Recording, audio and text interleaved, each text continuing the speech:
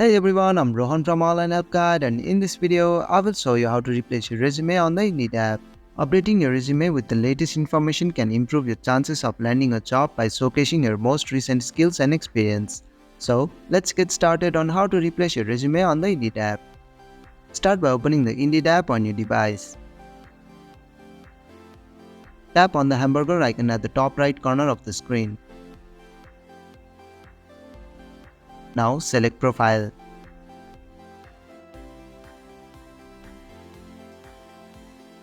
In the profile settings, scroll down to find the resume section. If you have previously created a resume on Indeed, it will appear here. Tap on your existing resume to open it. Tap the three dots icon at the top right corner and select Upload to replace resume.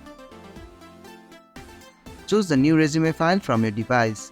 Indeed will then pre-fill your resume fields with information from this file.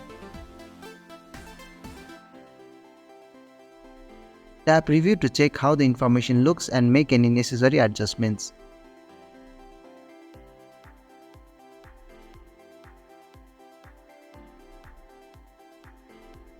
Once you are satisfied, tap Continue to confirm the replacement. And that's how you can replace resume on Indeed app.